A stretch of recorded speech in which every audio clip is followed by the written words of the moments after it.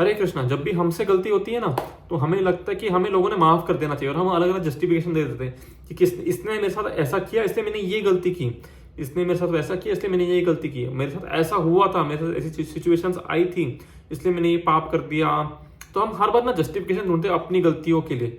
किसी को भी विलन बनना पसंद नहीं होता, तो वो एक जस्टिफिकेशन दे देता है कि मेरे साथ ऐसा हुआ था इसलिए मैं ऐसा हूं, मैं एक्चुअल में बहुत अच्छा हूं, बट ये सिचुएशन के कारण मैंने बुरा एक्टिविटी किया इसलिए मैं बुरा आदमी नहीं हूं।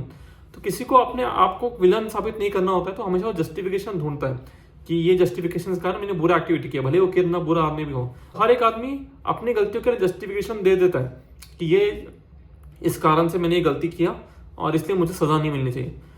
तो हम चाहते हैं कि सब हमको माफ कर दे, सब हमको समझ ले, बट यही हम जब दूसरों की गलती होती है तब हम एकदम भूल जाते हैं कि उसने ये गलती क्यों किया, उसके साथ क्या सिचुएशन आई होंगी, उसको हमें माफ कर देना चाहिए, नहीं देना चाहिए, क्या वो सुधर गया, क्या वो रिग्रेट कर रहा है। तो जब कोई दूसरा हमारी लाइफ में गलती करता है तो हम एकदम अनफॉरगिविंग, एकदम हार्ड हार्टेड, एकदम टॉलरेंट हो जाते हैं।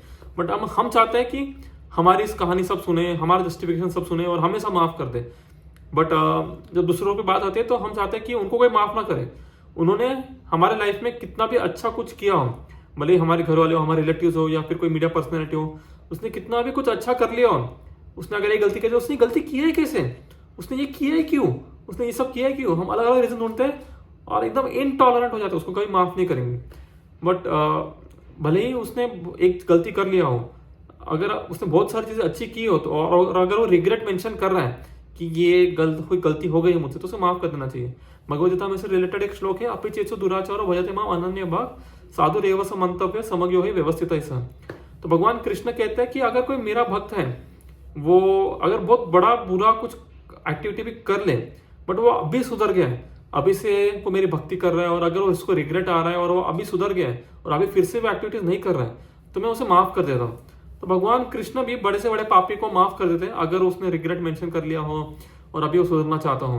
तो हम तो इस दुनिया के छोटे से जीव हैं, हमें भी, अगर हम जैसे चाहते हैं कि हमें भी लोग हमारी गलतियों के लिए माफ कर दे, तो हमें भी सीखना पड़ेगा कि हम भी लोगों को माफ कर दें उनकी गलतियों के लिए, अगर वो रिग्रेट मेंशन करें और आगे से वो नहीं करेंगे ये सब चीज़ें। और हमें भी थोड़ा टॉलरेंस सीख लेना चाहिए और हमें भी ग्रेटफुल होना चाहिए। हम बहुत इमीडिएटली भूल जाते हैं कि कितने लोगों ने कितना अच्छा काम किया।